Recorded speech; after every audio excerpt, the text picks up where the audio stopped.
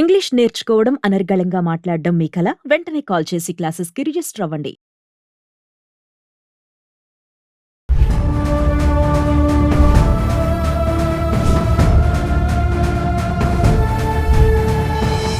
నమస్తే, welcome to Suman TV. ప్రస్తుతం మనతో పాటు రాజేశ్వరి అమ్మగారు ఉన్నారు. వీరితో ఈరోజు కొన్ని విషయాలు మనం మాట్లాడదాం. అమ్మ నమస్తే. అమ్మా నమస్తే అమ్మా. అమ్మా, మనం నిన్ను చూసుకున్నాము. ప్రణయ్ అమృత కేసు అనేది తీర్పుకి వచ్చిందంటే కులం పేరుతో వాళ్ళ నాన్న పెళ్లి చేసుకున్నా కూడా కొంతమందిని పెట్టి చంపించిన తర్వాత వాళ్ళందరికి ఇప్పుడు శిక్ష అయితే పడింది. ఎవరెవరైతే ఇన్వాల్వ్ అయి ఉన్నారో శిక్ష అయితే పడింది. 9 ఏళ్లుగా ఈ అమ్మాయి నడిచింది, బాధపడుతూ వచ్చింది. అంటే ఇదంతా సరిపోయిందంటే వాళ్ళ నాన్న ఇప్పుడు గిల్టీతో వాళ్ళ నాన్న కూడా చనిపోయారు అనుకోండి, వాళ్ళ నాన్న లేరు, వీళ్ళకి శిక్ష పడింది. బట్ కానీ వీళ్ళందరిలో ఇప్పుడు బాధపడుతుంది ఎవరు? ఆ అమ్మాయి కదా. ఆ అమ్మాయితో ఉన్న ఆ తల్లిదండ్రులను, మళ్ళీ అమ్మాయికి పుట్టిన అబ్బాయి, వీళ్ళందరే కదా బాధపడుతుంది. అంటే ఇంతకాలం నుంచి ఒంటరిగా ఉంటూ ఇప్పుడు కూడా ఇంకా ఆమె పరిస్థితి ఏంటి అసలు? అంటే ఒక ఇష్టపడి పెళ్లి చేసుకున్నందుకు ఇంత శిక్ష తను అనుభవిస్తోంది ఒంటరిగా. ఒకటి, ఈ కులం హత్యలు, పరువు హత్యలు చాలా ఎక్కువ చూస్తున్నాం మనం పేపర్లలో. అక్కడ ఇది బాగా సెన్సేషన్ అయింది. అంటే ఆమె తనకంటే తక్కువ కులం వాడితో తిరగడం తండ్రికి ఇష్టం లేదు. ఫస్ట్ థింగ్, ఆయన మొదట్లో చెప్పాడు కానీ అమ్మాయి వినలేదు. వెళ్ళిపోయి పెళ్లి చేసుకుంది. పెళ్లి చేసుకుని వాళ్ళు హైదరాబాద్ వచ్చేసారు అనుకుంటా. తర్వాత వాళ్ళ ఊరు నుంచి హైదరాబాద్ వచ్చి హైదరాబాద్లో ఉంటున్నారు. ఆయన కళ్ళ ముందే వాళ్ళిద్దరూ చట్టాపట్టాలు వేసుకు తిరుగుతున్నారా అన్న సంగతి తండ్రి జీర్ణించుకోలేకపోయాడు. జీర్ణించుకోలేక సుపారీ ఇచ్చి చంపించే ప్రయత్నం చేశాడు. అంటే అప్పుడు ఆవేశం ఒకటి, 2 వాడు చచ్చిపోతే తన కూతురు తన దగ్గరికి వచ్చేస్తుంది అన్న భావన అయ్యి ఉండొచ్చు బహుశా. అందుకని సుపారీ ఇచ్చి చంపించేశాడు. సరే, అమ్మాయి ప్రెగ్నెంట్ అయ్యి డాక్టర్ దగ్గర చెకప్కి వెళ్ళారు. చెకప్కి వెళ్ళిన తర్వాత తిరిగి వస్తుంటే వాడిని చంపేశారు. అది అయిపోయింది. సరే, కేసు అరెస్ట్ చేశారు. అమ్మాయి రాలేదు. తండ్రి ఊహించినట్టుగా ఆశించినట్టుగా వెనక్కి తిరిగి రాలేదు. అత్తారితోటి అక్కడనే ఉండిపోయింది అమ్మాయి. అవునమ్మా.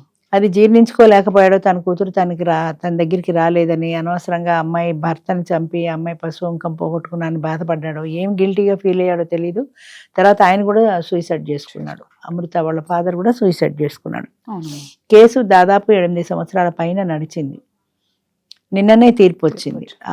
డైరెక్ట్గా కత్తి పట్టుకొని నరికిన వాడికి ఉరిశిక్ష వేశారు. సహకరించిన మిగతా వాళ్ళందరికీ యావజ్జీవ కారాగార శిక్ష వేశారు. 30 రోజుల్లోగా కావాలంటే అప్పీల్ చేసుకోవచ్చు. అయితే ఇందులో మనం గమనించవలసింది ఏంటంటే, ఏ విషయంలో అయినా సరే తాత్కాలికమైనటువంటి ఆవేశంతో చేసే పని ఇన్ని ప్రమాదాలని తెచ్చిపెడుతుంది. ఇప్పుడు హత్య చేశాడని ఆయనకు ఉరిశిక్ష చేశాడు కరెక్టే, కానీ దానివల్ల నష్టపోయింది ఎవరు? ఆయన ప్రాణం ఒక్కసారితో పోతుంది ఉరిశిక్ష అంటే. కానీ ఆయన ఫ్యామిలీ ఏమైపోవాలి? అలాగే ప్రణవం చంపేశారు. ఈ అమృత ఏమైపోవాలి? అమృతకు పుట్టిన పిల్లాడు ఏమైపోవాలి? వాళ్ళ భవిష్యత్తు ఏంటి? వాళ్ళు ఎలా బ్రతకాలి? అబ్బాయి తల్లిదండ్రులు వాళ్ళు ఇంకా ఇప్పటికీ బాధపడుతూనే ఉన్నారు. తల్లిదండ్రులు వాళ్ళ కడుపు శోకం తీరేది ఎలా? వీడికి శిక్ష వేశారు రైటే, కానీ వాళ్ళ కడుపు శోకం తీరదు కదా. వాడు సారీ చెప్పినా తీరదు, కాళ్ళ మీద పడ్డా తీరదు. ఏం చేసినా ఆ తప్పు ఒప్పు అవ్వదు. చట్టం ఏదో శిక్షిస్తుంది అంటాం కానీ తప్పు ఒప్పు అవ్వదు. పోయిన ప్రణవ్ తిరిగి రాడు, ఆ అమ్మాయి జీవితం బాగుపడదు. అట్లాగే పోయిన తండ్రి తిరిగి రాడు. వాళ్ళ ఫ్యామిలీ కూడా బాధపడుతుంది కదా ఆయన చచ్చిపోవడంతో. ఆయన తల్లి, ఇంకా ఈమె ఫ్యామిలీలో ఎవరెవరు ఉన్నారు వాళ్ళందరూ కూడా బాధపడుతున్నారు కదా.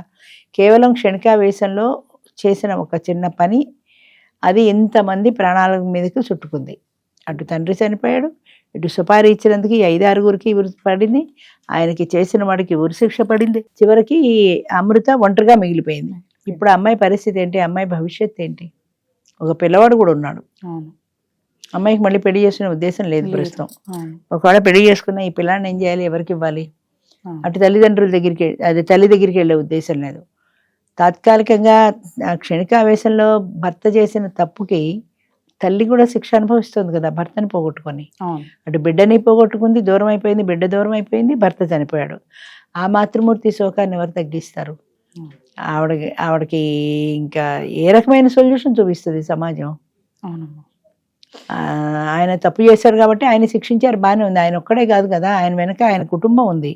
ఆ కుటుంబం కూడా ఈ శిక్షను అనుభవించాల్సి వస్తుంది కదా. యావజ్జీవ కారాగార శిక్ష లేక జీవితం అంతా ఆయన భార్య అనుభవించాలి కదా.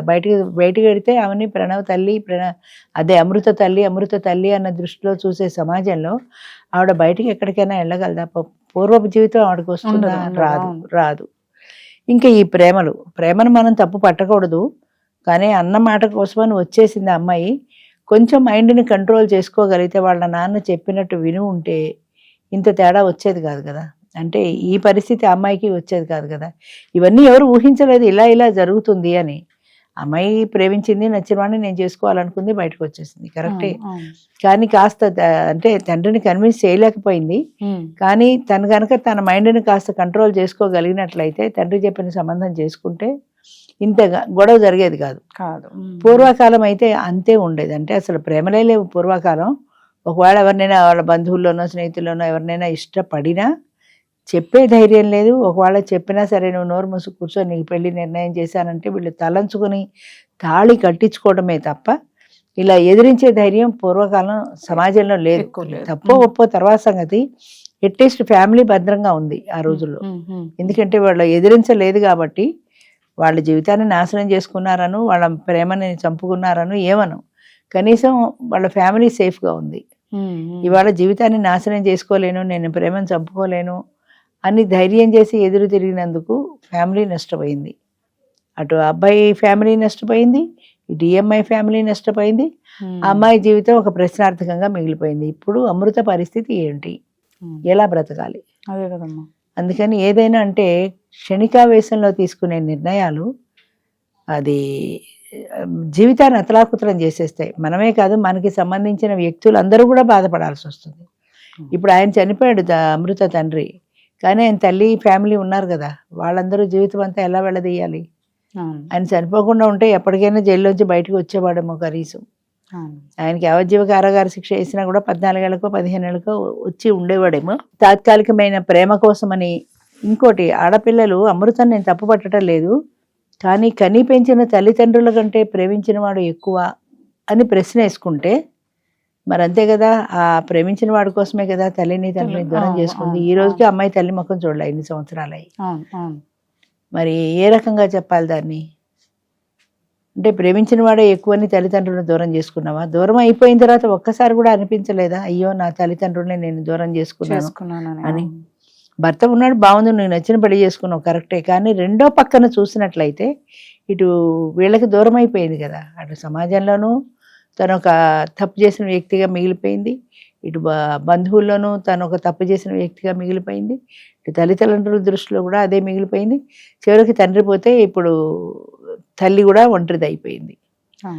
అమ్మాయి దగ్గరికి మరి అమృతం ఎందుకు వెళ్ళలేదు అంటే అమ్మాయికి వెళ్ళే ఇష్టం లేదు, వెళుతుందో వెళ్ళదో తెలియదు. కానీ ఇక్కడ ఈమె ఒంటరి అయిపోయింది, అక్కడ తల్లి ఒంటరి అయిపోయింది. ఇద్దరు జీవితాంతం ఎవరో చేసిన తప్పుకు వీళ్ళు బలైపోతున్నారు.